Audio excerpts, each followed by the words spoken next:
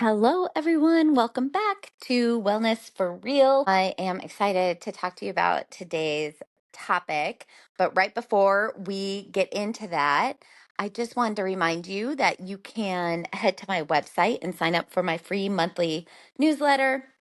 It's on all things well-being. It's usually really short and sweet, bullet pointed, with just very simple practical strategies on helping you live in a way where you feel you're at your best. And they're often physical, mental, emotional, and even some spiritual strategies thrown in there, as well as discounts on products and services that support the show. So when you use those links in the newsletter or in the episode description below, it helps to support the show, which is really, really helpful. And then also I include a high protein recipe within that newsletter every month. So head over to my website, heatherheynen.com, and sign up for that. You can scroll to the bottom of any page, and the sign up is down at the bottom of every page on my website. So we are going to dive into something that I think is so often overlooked in the wellness and aging conversation. It's definitely, not very flashy. It's not going to get advertised in your favorite skincare ad or anything about that, but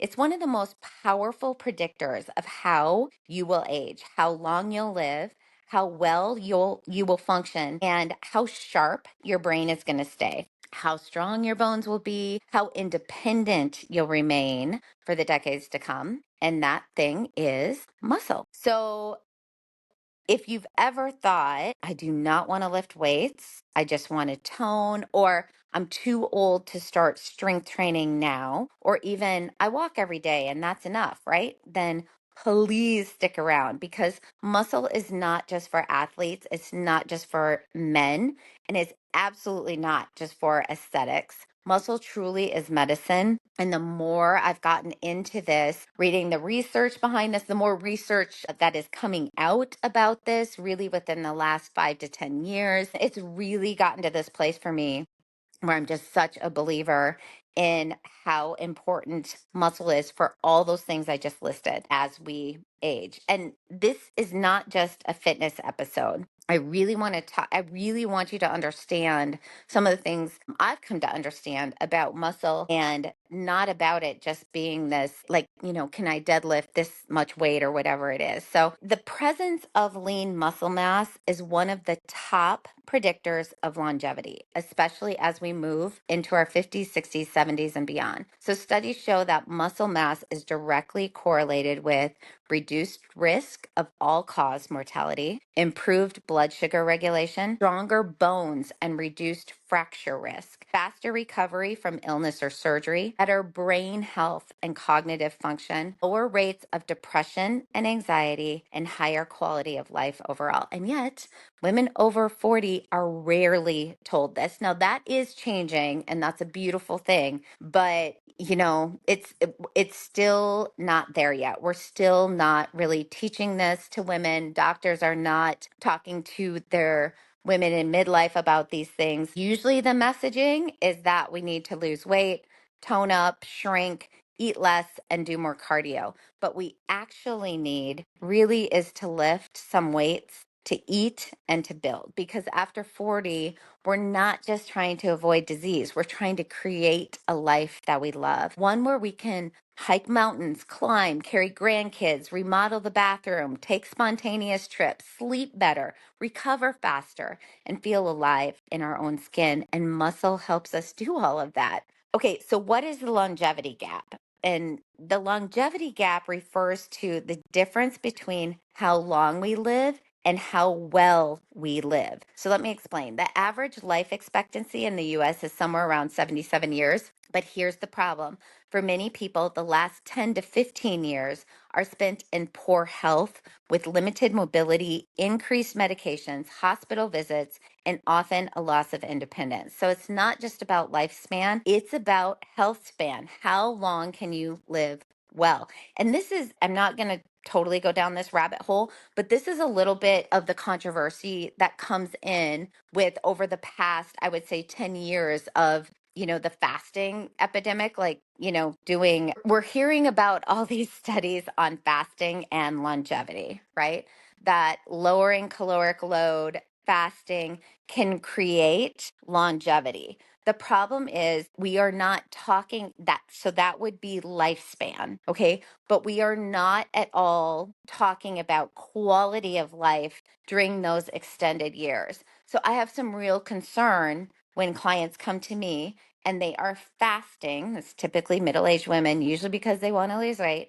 They are fasting, they are not nourishing their bodies. Some of these women will point to the studies that have come out in the last 10 years about, but this is going to make me live longer. And I really feel like we are going to come to some realization probably within the next 5 to 10 years that this is not a good thing. I mean, I guess I'm not going to speak for anyone, but I'm going to say for me personally, I do not want to live to be 100 or 110 by doing all this fasting. But, for the last 20, 30 years of my life, I am sick and undernourished and I've got bones that are breaking and, I can't get around. It kind of feels like a vegetable state a little bit is how I think of it. I'd love to live, I love life. I'd love to live a long time, but I'm good with living to 90 if I'm still able to play with my grandkids on the floor and be independent. And just a quick interruption to tell you about David protein bars. I have lucked out and been able to represent these protein bars. I just think they're the best out there. They have some of the cleanest ingredients, but they also taste really, really good. Lots of flavors. But the biggest thing is that they have almost 30 grams of protein in every single bar and only 150 calories.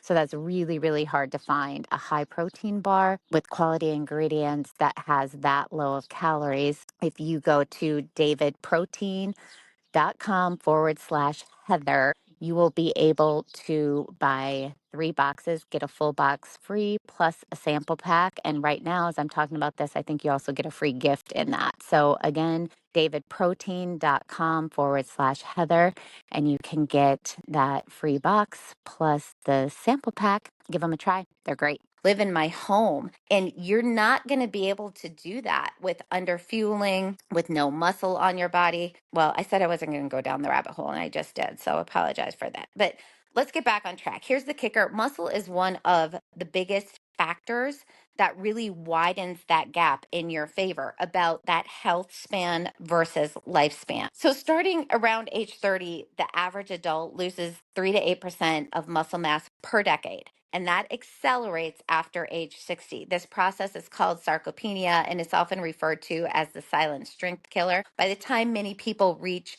their 70s or 80s, they've lost up to half their muscle mass unless they actively work to build and maintain it. So let me give you a visual. Imagine 2 women. One is 72, walks daily, eats lightly, and never strength trained ever. She's thin, but she struggles to get off the floor. She has poor balance and tires quickly. The other is 72. She lifts weights regularly. This is my mom, by the way. Eats enough protein and prioritizes recovery. She carries groceries upstairs with ease. She plays on the floor with her grandkids, and she has the energy to travel. Both women might weigh the same, but their body composition, their quality of life, and their functional age are drastically different. That's the longevity gap in action. Here's another one I wanted to touch on here. I hear a lot of women say things like, I don't want to bulk up. And let's just bust this myth that has been following women around like forever. Lifting heavy makes you bulky. This is so not true. Women do not have the testosterone levels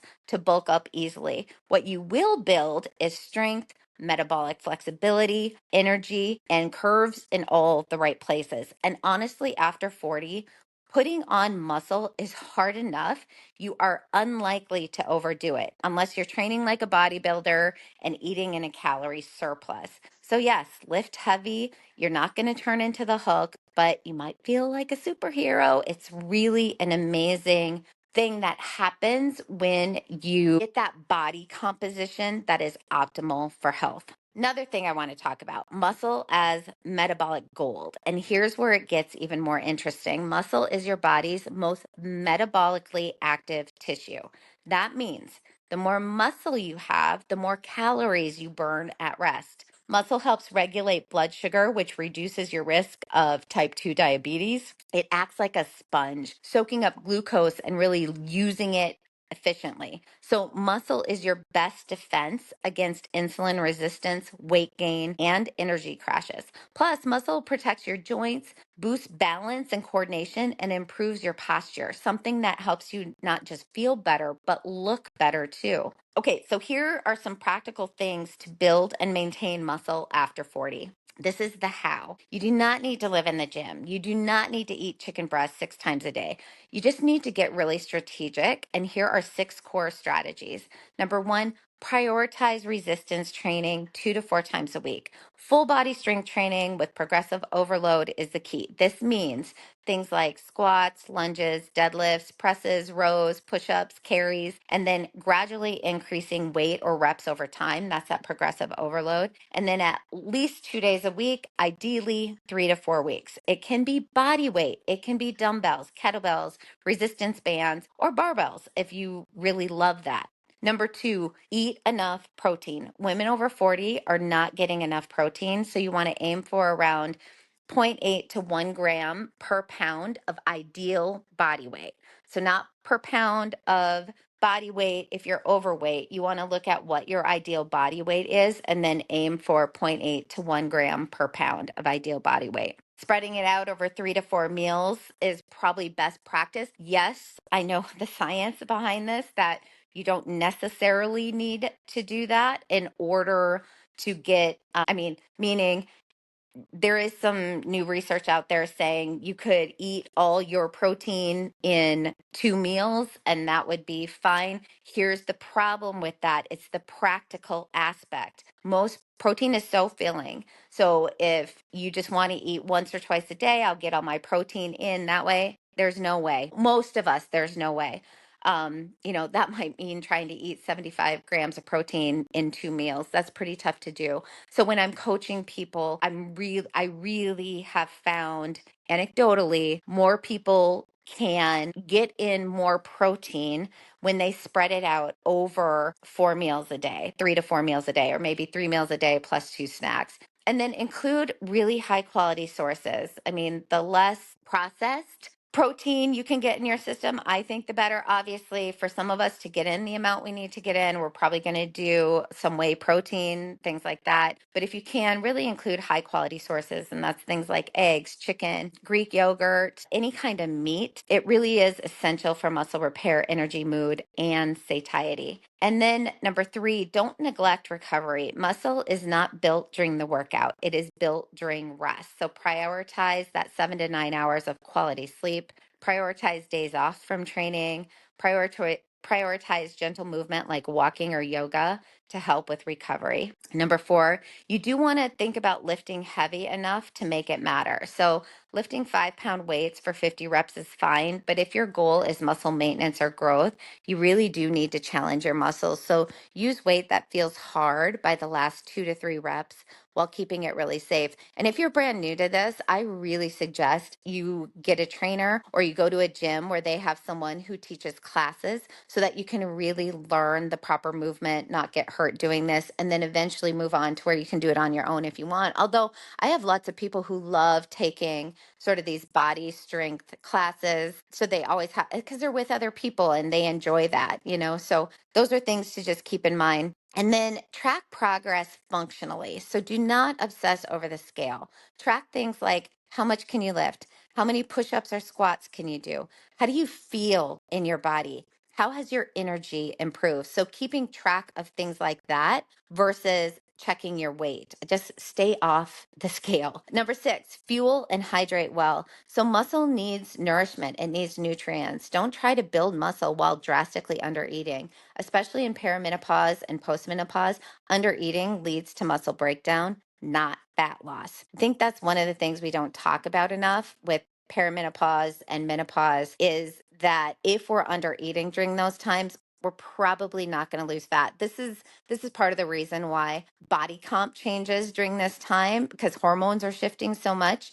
And it's really understanding undernourishing during this time, if you're trying to get that weight off, is actually going to backfire in ways. You have to be really nuanced here if you're trying to lose some weight, because it's way too easy for those of us in perimenopause or menopause to undereat, and that muscle is going to come off really quickly, and we actually want to try to maintain that. So there's little strategies you can do if you're trying to lose weight but maintain that muscle. And so it's important, if you're trying to lose weight during that time, to work with someone who can help you be really nuanced in how you do that, so you still maintain muscle. Okay, there's a couple of stories I was just going to share to maybe give you a little inspiration. These are real life client stories. I had one woman, 55 years old. She had not lifted weights in 20 years. And so she started with just 2 dumbbell sessions a week. And after 6 months, she was lifting heavier than her husband. Her knee pain was gone. And she really had this sense of being back in her body. And then I had another woman, 61. She was pre-diabetic, just super tired, no energy, thought she was too old to start, but convinced her to do so. She got a trainer. After strength training and upping her protein, her A1C normalized, and she had more energy, she said, than in her face. And she just talked about how her weight no longer mattered. She just really was so excited she could carry her paddleboard, right? So that was pretty neat. Another woman, late 40s, she was focused on weight loss until she shifted her mindset to building strength. And she just talked about really losing that fearful mindset of always needing to lose weight, and just shifting from not having that need or that urge to be so skinny, but really that empowerment about feeling powerful in her body. So let me leave you with this. We often say, I just want to feel like myself again. But maybe yourself is not that thinner version of you from 10 years ago. Maybe it's the stronger, wiser, more grounded version of you right now. The one who knows her worth isn't in her waistline, but her capacity to live fully. Building muscle after 40, it's not just about fitness, it's about agency. It's your way of saying, I am still here. I can still get stronger. I can still get better. I am still becoming. And that is real wellness for life. That is real freedom in your body, in your life, and in the relationship with yourself. Thanks so much for listening today. If this episode maybe gave you permission to approach aging in a whole new mindset, please share it with someone else you love who might really need that mindset shift as well. Until next time, keep nourishing your body, keep aging like you mean it, and we will talk soon. Thanks for tuning in to Wellness for Real. Don't forget to sign up for my free monthly newsletter. It's packed with tips for real well-being, a high-protein recipe in every issue, and exclusive discounts on products and services I trust. You can find the link in the show notes at my website, heatherheynen.com. Let's stay connected. Follow me on Instagram at Heynen Counseling and Coaching, on Facebook at Wellness for Real, and catch more content on YouTube. And if you're enjoying the show, please rate, review, and share it. It really helps others find the support and inspiration they need to thrive after midlife.